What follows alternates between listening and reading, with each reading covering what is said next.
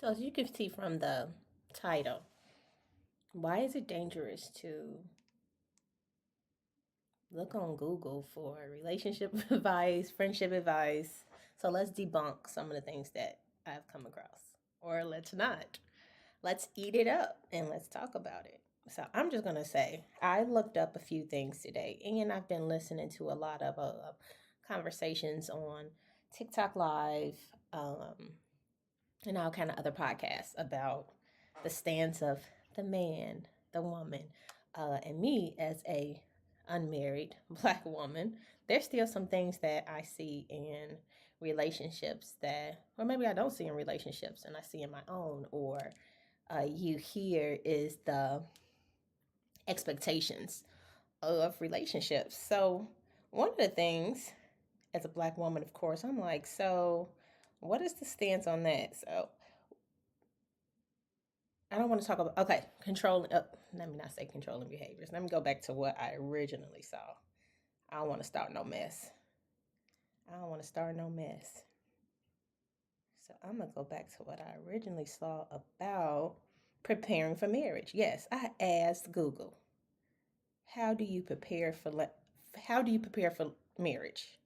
Because I said it to my mother. Now my mother has been married to my father for 45 years.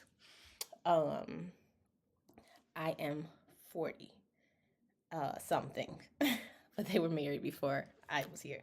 So, my sisters have been married for 20 years. So I'm looking at them and I'm seeing all this submissive stuff, or I'm hearing all this submissive stuff, and then I see marriages in my family, and I'm like, oh, what does that look like? What does submission look like? What is, you don't have to respond to everything that happens look like? What else the comments say? Being gentle, being a helpmate, all those things. And so your only resource is either of course, the Bible and, a Proverbs woman, or what you see maybe in social media. I don't really get any information from social media so much, but what I see in my family. So I'm gonna see if I can get back to it, because let's find the lie. Let's find the lie. How do you prepare for marriage? How, as a black woman, because there may be some different stances on it. How to prepare for marriage. And I thought it came up with some really good points. Let me see if I screenshot it. I typically screenshot everything that I see. Because I'm like, let's come back to it. Let's talk about it. I don't want to start off with no not nasty topic, but no controversial topic, because I want to start off real easy. I want to start off easy. Okay, so here it goes. It says, get rid of the stereotype that you have to be a strong black woman. What does that mean? Allow yourself to be vulnerable. Set boundaries against toxic love. Prioritize your mental health. Focus on healing past traumas. Communicate your expectations regarding finances and roles. So, and make sure your partner respects your individuality. Now, we could say it's wrong to follow Google's advice, but this actually came from a topic about, or a study about mental health for black women. So it's not too far off. It's not a computerized ideology of what relationships are. It's basically a computerized generations of studies from black relationships. So let's debunk. Is this true? Truth to it? How do you do it? Healthy boundaries. How do you do healthy boundaries? Like, I understand boundaries to be. You could go into the chat and you can help me understand what you see boundaries to be. Boundaries is to say not how you control how other people treat you, but what you will allow and what you would stand for and what you will stay in the room with, or how you communicate your needs. And if people don't meet those needs, how do you respond? Those are boundaries. I can't control if someone, doesn't fulfill commitments. I can watch how that looks, and if you do it more, or if communication works for you. So is it a communication issue? Do you need to navigate how they don't follow through with commitments, or is it time to evacuate? Is it time to leave?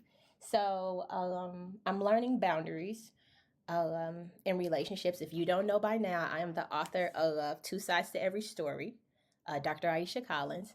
And in that book, I was navigating relationships with a female, friendship relationships, and boundaries. And I clearly had none. So, of course, I want to go to a healthy relationship, a romantic relationship. Like, I need boundaries. How am I going to allow people to talk to me, treat me, what I'm going to do when it happens? Now, I tend to be a shutdown, and so fight, flight, or fawn, the three ways that you respond to danger or trauma. I was not a fighter. I was not, I'm going to cuss you out. I'm going to tell you off. I was none of that. I was a um, shut down and run. I'm out of there. Like, I'll see you later. So that was my response to trauma. If you did something that triggered something in me that made me feel unsafe, I would leave the space. I wouldn't talk about it. So how unhealthy is that? I wouldn't talk about it. So was that honoring boundaries, or was that not facing that I need to decide if this person can honor boundaries? I'm trying to think. In my last relationship, or a relationship in my past, this person was a get it right or I'm going to be annoyed with you type of person. And so I never felt safe making mistakes around this person. So I was constantly anxious. Oh my God. Like, it was to the point that if we were entering a place, I didn't even want to walk in front of him because I didn't want to make a mistake, go to the wrong table, misunderstand someone. Like, I just never wanted him to see me at the forefront. So I would always like kind of walk behind him. Like, I'm gonna let you lead the way. And that wasn't safe. So my boundaries with that should have been, hey, if you can't handle it, I'm not this perfect human being, and you're going to get upset each time. I would rather you communicate like how that makes you feel and why you get so frustrated, or I'm going to separate myself from you. I can't be in this space where I'm constantly anxious. Like, I would not drive. I would not want to be the driver with this person, because if I made the wrong turn, he was irritated. He started shaking. Like, he's like, see, you, how you not know where you at? No, I'm telling you, I lived in a location for about 6 or 7 months. And each time I needed to GPS to the store. Like, I don't know why my brain is like that. But he would treat me like I was like the stupidest person in the world. Like, and I would just slowly like melt down, become like this damaged person, wouldn't talk. So yeah, I understand having boundaries. You're not going to treat me like that. I don't like when you treat me like that. When you did this, it made me feel this way. So, yes, the Google Master said, setting boundaries and ensure that your partner treats you with respect and supports your well being. So, yes, I've been in situations where people were just so disrespectful. And I struggled in that, and I want healthy relationships. So in the chat, if you know how you've experienced setting boundaries, why are we afraid of setting better boundaries, or how does it look when someone is setting boundaries on us? Like, you're not gonna talk to me like that. Something is coming to mind while I'm thinking someone has set a boundary, and it was my first experience with someone saying like, "Oh, I know." My first experience with somebody setting a boundary with me, because I'm just so used to people allowing me to do and say what I wanted to say. Uh, he shut it down real quick. He's like, "What you're not gonna do is talk to me like that." Man, did I talk to him like that ever again? Nope. I was a better person, and the relationship was better for it. Even now, like the relationship I'm in, I'm pretty sure that we practice healthy boundaries, um, and being better. But I have not always been that person. Now, what else Google say? Google said prioritize self-care. Let's find a lie. How they lying? How do you prioritize self-care? I am being honest. I am in therapy. I do shadow work, which is no voodoo. It's literally talking about how your past affects who you are now. What are those shadows in your background that affects how you respond to people, affects how you love people, affects how you cater to people? Um, so that's my self care. It gives me a release. Um, I do things that's sometimes I'll pick a new book, but I realize that some of these self care things can make your partner feel like you are pulling away from them. So how do you balance that? and make sure in your relationship your partner understands my self-care. It's not pushing you away. It's not having my own life. It's not saying we can't do this together. It's literally saying I'm going to read this book or go on this hike or um, take this class by myself. So if your partner struggles with understanding that, and they struggle with finding it themselves, is it healthy? So when is it communication? When is it time to navigate how they feel about your self care? And when is it time to evacuate? Get out of there. Someone who can't understand your need for self care, even if that self care is being with them. Okay, my self care is maybe we go get, pedicures or massages together. That's okay too. But what about that self care that's like, I need to do it by myself? I know we can communicate that, but what if it is still frowned upon? What if it still makes you feel bad because you're doing things alone? How do you navigate that? Do you do less alone? Do you try to communicate why you have to do it alone?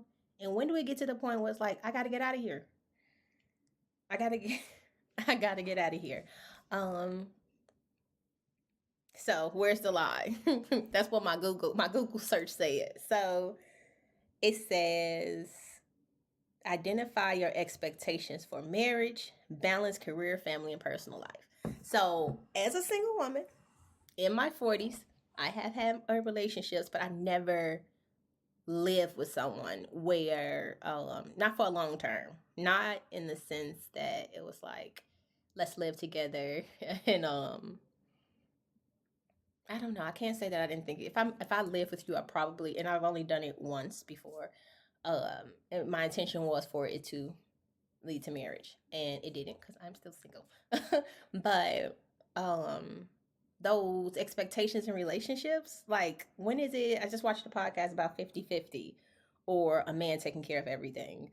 Um, I've never been in a situation where it's like it was ever one or the other because, again, I am a 40-year-old woman with a 20-year-old child. So I have had life as raising an adult and being the sole caregiver of this adult. So what does it look like when I go to a marriage and I'm now an empty nester? And I'm like, wait, I was an empty nester.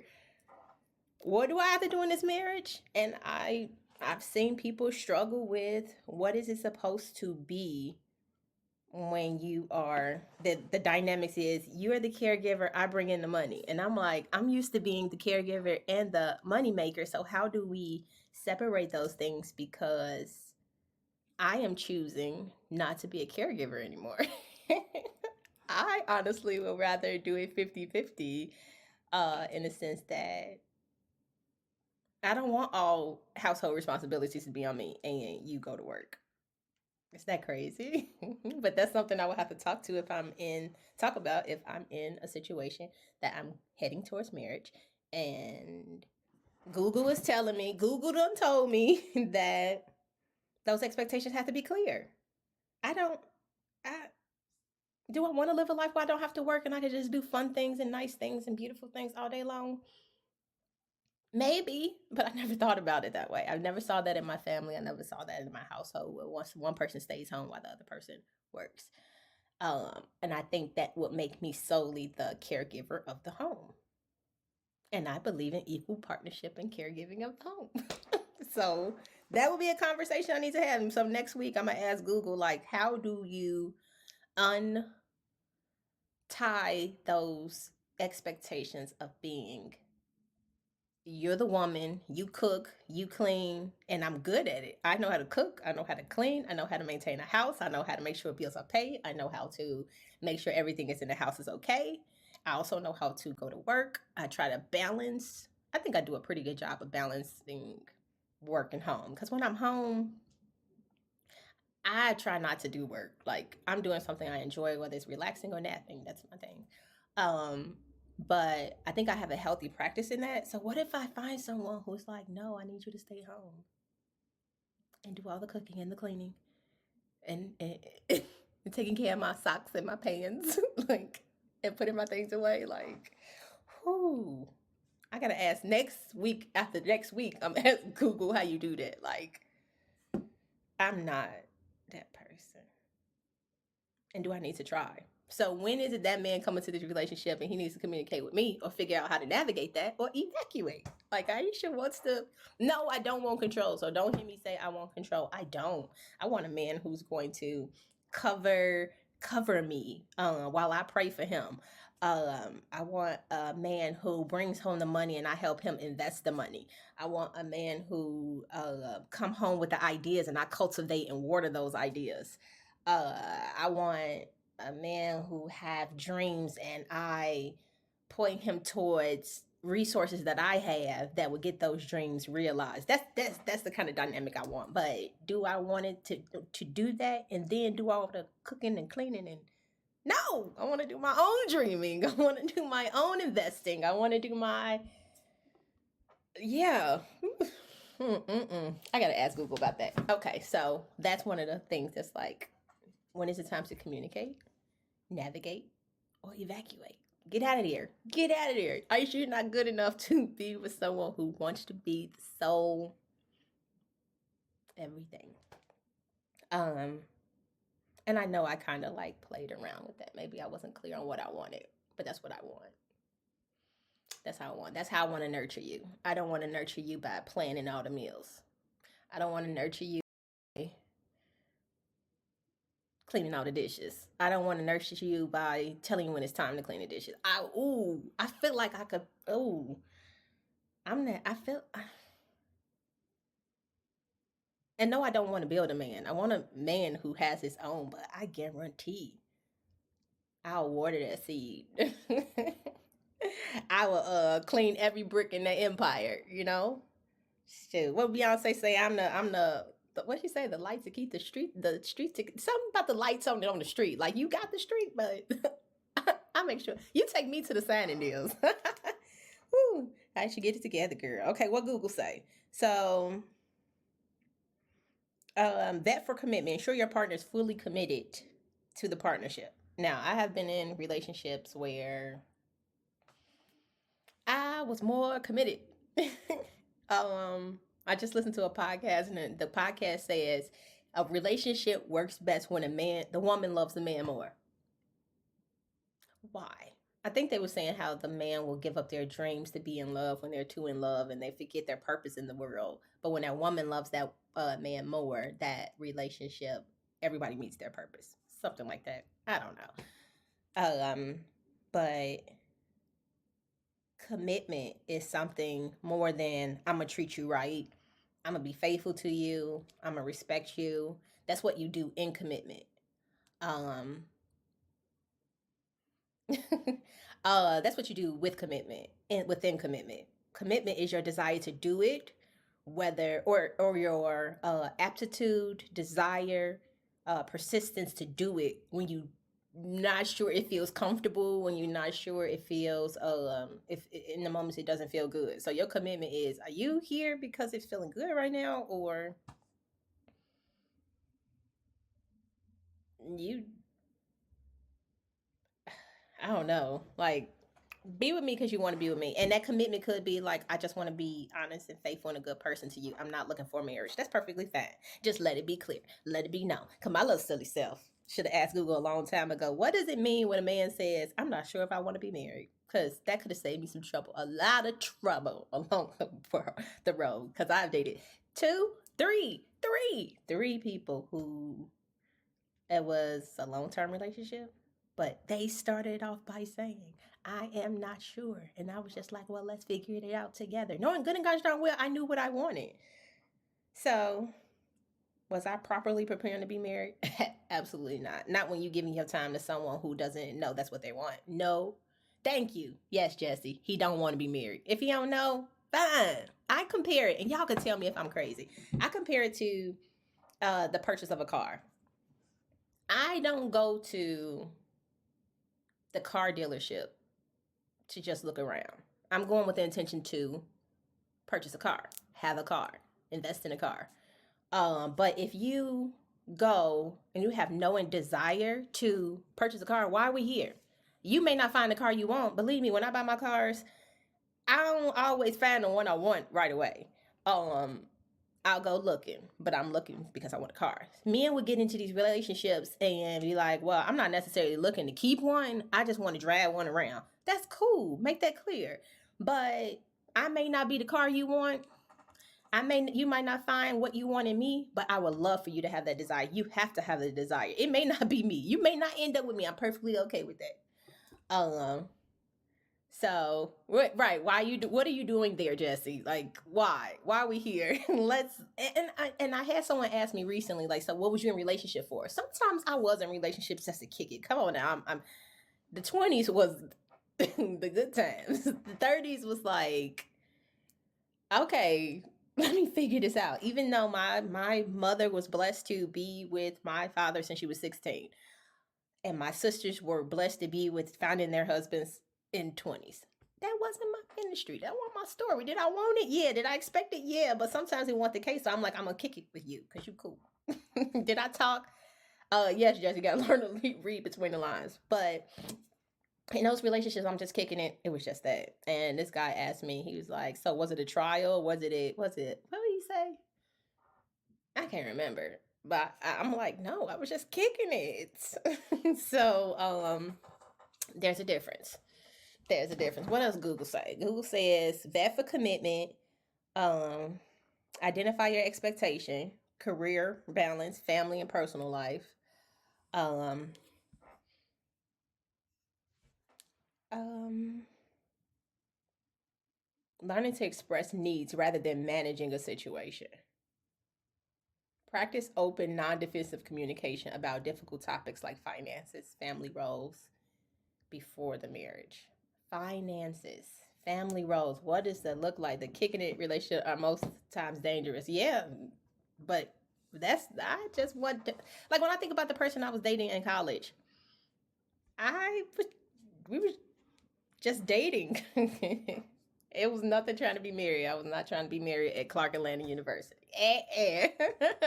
um, but those are the most dangerous because feelings get all involved, and you're like, well, all I wanted was, and then you find yourself, well, all I need, like what? That he wasn't there to supply a need. He was there supplying wants, or she was there supplying wants. But family dynamic. Again, as a black woman, been a single parent for 20 years, entering into the world of relationships. What is the family dynamic if you have all grown kids? What does it look like? Cause right now my offspring is in college. Um, and I only had one. I was one and done, you know. So what does that look like? What if I did decide to have another kid, which is not in my ministry? It's not something I desire right now. Um, but what does that look like? And that's important. That's really important. Um, but those conversations need to be had. And according to Google, I'm gonna have to ask Google. So what if they different? When is it time to navigate it? Like, okay, he wants kids, but I don't. Is that a navigation issue or is that an evacuation issue you gotta run? Because I did date someone who I intended to look into marriage. I wasn't well in my 40s. I was well in my 30s.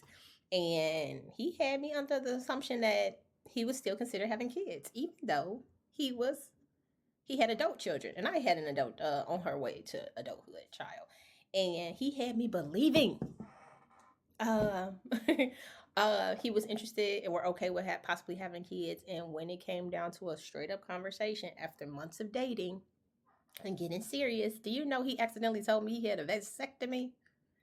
When you have a vasectomy, that might be something you need to communicate with someone who's telling you, like, this is something I want one day. Let's see if it works out. Like, just crap like that. I don't care if you could have it reversed. Ain't no black man trying to sit there and have that thing happen again. So he was very aware of that. So crap like that. I should have asked Google. No, just playing. No, common sense. I won't. That what happened after that during that relationship after I found that out is a whole nother topic, because that relationship lasted 3 more years after that. That's a whole nother topic, because sometimes your priorities change. Once it was like that was out of the question, I started really enjoying the idea that I was able to get up and travel. We went to Mexico, Aruba, Jamaica, everywhere, just at the drop of a dime. And I was like, you know what? This empty nest thing and adult children is great. And that's when my desire to have children ended. So, and at that time, my daughter was 17 years old. So he taught me a new life. So we got to take the roses with the thorns. It worked out. So, yeah, it made me want to leave him. I did want to leave him. It made me want to leave him. It really took me aback. Like, it was insane finding that out accidentally. And clearly he had told other people because he was like, I didn't tell you that. And I'm like, no. So, yeah. Um, yeah. Even though um I think our conversations about kids was like on the first date. Like, hey, what colors do you like? Are you interested in having kids? That was on our first date and we never talked about it again. But in my head, I'm like, that's still a possibility after knowing this guy for months. Like, we're not talking about it because we're not married, because I wasn't going to have another child out of wedlock. But yeah, when it came out accidentally, baby, I was like, what? And he was like, what? And I was like, what did you just say? He's like, what? You didn't know? I'm like, ooh, that's when I wasn't trying to be a child of God, because I swear to goodness, I was in my head. I ain't tell him. So yeah, making it seem like he was open to children was like a lie that he tried to kind of like try to sprinkle sugar on. Like, yeah, it just kind of came up in the first date. Maybe he felt like on the first day, I'm not telling you I had a vasectomy. Maybe, but it should have cued him in like, oh, she's interested in having kids. I'm not the one for her. But we were all into this relationship like 3 or 4 months in, and I was like, maybe even further in. And then the trip started, and it was just fun. It became a fun relation. It just became a fun relationship. And it was like, oh, I don't want no kids, baby. No, I don't want no dog. I don't want no cat. I don't want nothing that'll keep me home that I gotta find a sitter for. I haven't needed a sitter in 17 years, baby. So it was kind of like I just needed someone to show me a new perspective about having kids. In 40s. So that's what worked out in that situation. So that was more of a it was a need to be communicated, and then eventually I navigated, but I never evacuated.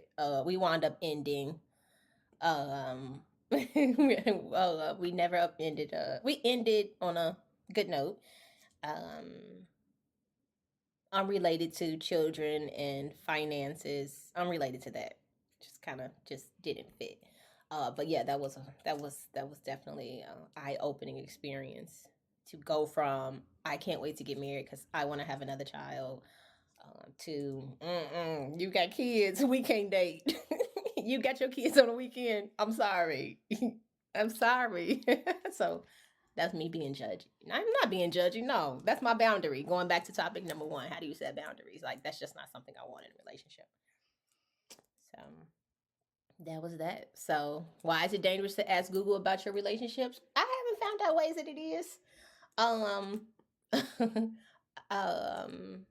but on these topics, I'm learning to really think about it, prioritizing my self care, setting boundaries, being vulnerable. I'm not sure if I'm vulnerable yet. I'm working on it. Yes, life, it takes a lot in a short amount of time.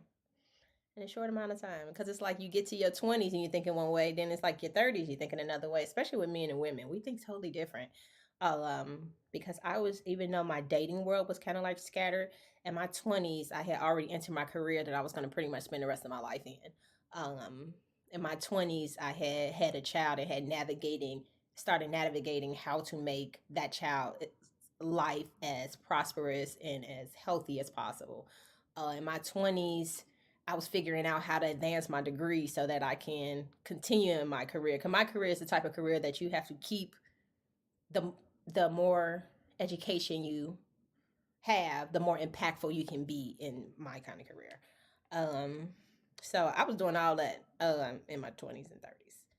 So it's interesting trying to be vulnerable because that's all I want. I want to be vulnerable. Um, Safely. I don't want to be guarded because I'm good at being a guard. I'm good at being guarded. I'm very good at being guarded. But when I'm not, I'm freaking unsafe. I am unfreaking safe.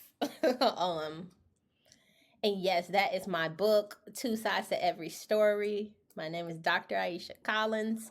I have this was my first book, and I was navigating relationships, but it was with a girlfriend, and I did not see any of the red flags that she was wrong for me. She just was wrong, and um, I didn't know how to navigate it. I didn't know how to communicate it, and I chose not to evacuate, and I wound up going on a trip with her to Africa, and I wound up getting my heart broken by her. And how do you get heartbroken by a female friend, in a friendship relationship? People don't talk about it. It broke my heart. Loved her dearly, and then for her to cut up on that trip, from the beginning to the end, it was like devastating. And so I wrote a book about it. Two sides to every story. And I know people are like, well, how's it two sides when it's just your story? At the end of the story, she wrote me an email and told me why I ain't, excuse my French, why I'm not shit. She sent me an email by the time I got home from that trip. And so in that email, she told me everything that I did wrong, why I wasn't a good friend, why I was a horrible person. And so at the end of my book, I put her email. So if you want to know what happened in the story, check that book out. It is two sides. It's my side of the story and it is her side. You can find it on Amazon, amazon.com, and just type in Dr. Aisha Collins. Two sides to every story. I'm learning to navigate relationships. Yes, Jesse, check it out. I truly appreciate you and thank you for hanging with me. But yeah, I'm learning. And sometimes you can learn from friendships how to navigate healthy romantic relationships, because I don't want to do that again. That had me jacked up. I should have asked Google how to be a friend, because she told me I wasn't shit. She had 7 reasons. There were 7 days that we were in Africa. She had 7 reasons why I was a horrible friend. And as a matter of fact, it was a trip that was supposed to be, she invited me, said all of expenses are paid. Don't worry about it. Just get your flight and have spending money. And I went there, and it turned out to be horrible. And by the end of the trip, she said I ain't shit and give her all her money back. So she sent me an invoice saying, here's how much you owe me because you are one horrible human being. And I was like, what the hell did I do? So I wrote the book to just share that experience and really be vulnerable to the world and say, I actually talked about romantic relationships. Like, okay, here's how I show up here. Here's how I showed them in this friendship. How am I so bad? What do I need to do to be a better friend, a better romantic partner? Because, child, I ain't Google it. I should have Googled it. I'm going to do it the week after next week.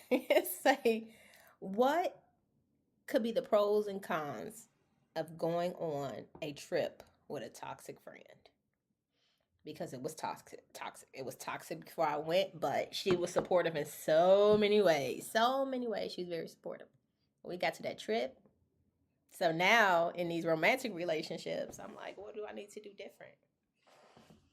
What do I need to be different? Hey, cousin. Hey, beautiful. Oh, I look like my mom. Yeah, I keep getting it. Even my sisters say, yeah, you're starting to look like mama. Hey, cousin.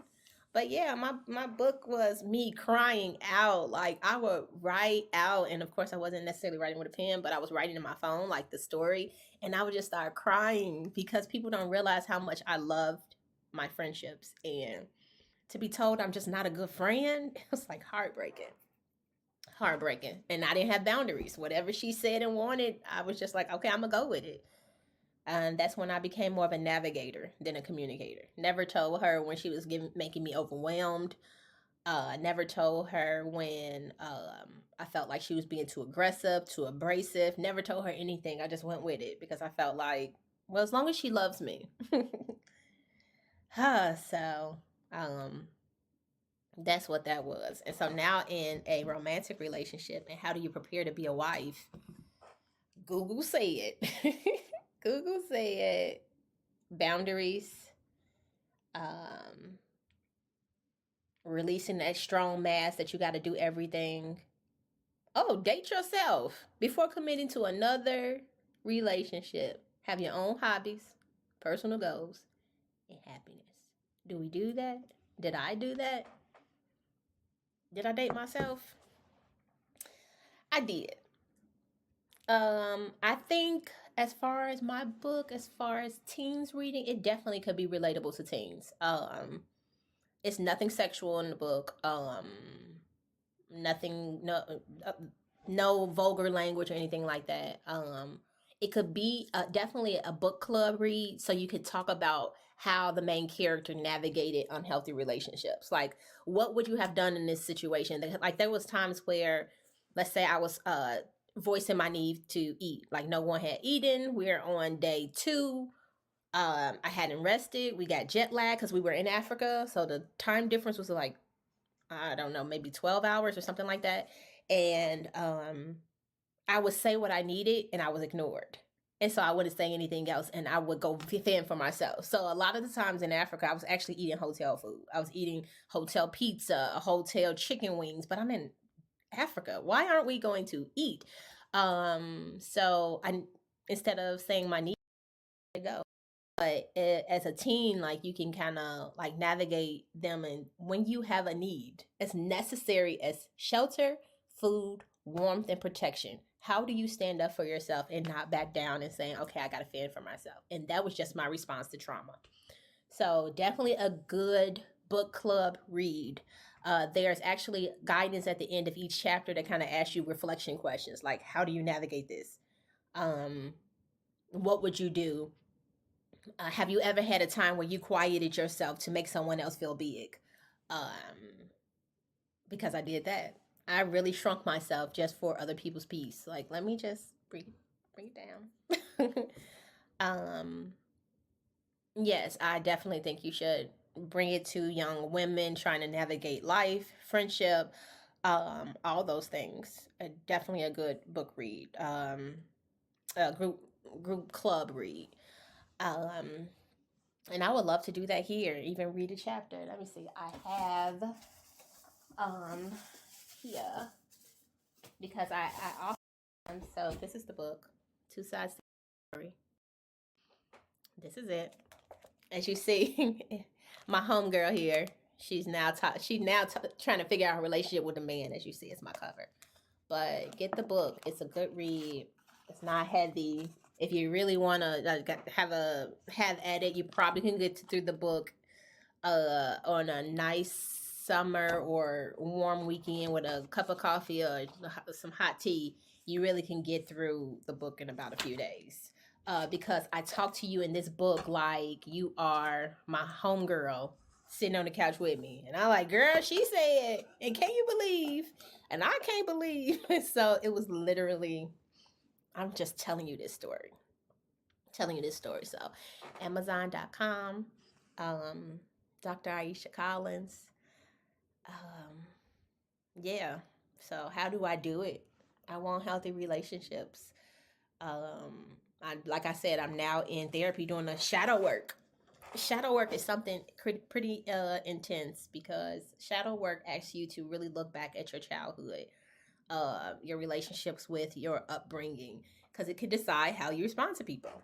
And I was told a lot of times how I was too sensitive, and you love too hard, and you love the wrong people. And so I got really restricted on trusting myself in love, because I've been told so often I'm loving the wrong people. So I became so anxious about caring and loving. And then when I did in this book, I became vulnerable. I became open and trusting, and for it to be crushed, like my world was, it just imploded on me with someone I trusted and loved. So that shadow work continues. It continues. But check out the book. Um, like, share the book. Follow me. I want to do this more. Um, Jesse asked what was the groundwork I did to understand myself. Honestly, I thought that Um, I thought that I was just too sensitive. They say, oh, it's because you're a Cancer. My birthday is July. Got the Cancer thing. Then it was, you just kind of just need to be loved, and you're gonna love anybody who's nice to you. And I'm like, I don't think that's it either. But when I went back into my childhood, I realized that because I was a highly emotional person and it was used as a negative thing. Oh, you're too emotional, you're too sensitive. I thought that was a bad thing. But really, as a kid, me being emotional and feeling what I was feeling, I didn't know how to express it. So it would come out as an attitude. It would come out as I'm frustrated. It would come out as I'm about to say something sarcastic. Even at 5, 6, 7 years old, I would say something sarcastic, and then cry. And so nobody understood what I was trying to convey. And so eventually I was like, oh, my attitude makes me a bad person. So I stopped. I stopped having this. I tried. My It's a struggle because my attitude shows up as sarcasm, and frustration. So when I did the shadow work and realized that I equated feeling as a bad thing, and I'm so a feelings person, I started to think I was a bad person. And so, doing some of the work with my therapist, she kept repeating the phrase, I am bad and not good enough. And it just broke me down because she was trying to get me to get to a place where I felt it immensely and then remind myself that I'm who I am. So, not saying, well, I'm not, my attitude is not bad, my this is not bad, but I'm okay with who I am. So, that was some of the deep work I had to be like, this is who I am. This is how I experience hurt. This is how I experience pain, joy, all these things. But I'm okay with who I am. And so in this book, I tried to change, but some of the work that I've done within myself reminded me I don't necessarily have to change. I need to be better at dealing with it, understanding emotions like anger, frustration, sadness, joy, disappointment. I need to understand all those things and allow myself to feel. Just feel it, and not try to stop the feeling. So, like, share, enjoy the book. Would love for you to see all these things. I think at some point I'm going to write a book about my relationship with being a single mother and the things I had to navigate in that, because I had to navigate court system. I had to navigate being disappointed that the one caregiver for my child um, neglected us or left us to kind of like figure it out on our own in a lot of ways. So it's a lot of things that I've dealt with in life, and I just don't think people talk about it very much, and that I want to share. So follow me. Let's talk about it. Share with me, and I'll talk to you soon. If you all have a great freaking rest of your week, that would be a blessing to me. And hopefully, you resonated with something I said. We could talk next week about why is it dangerous to Google things about your relationship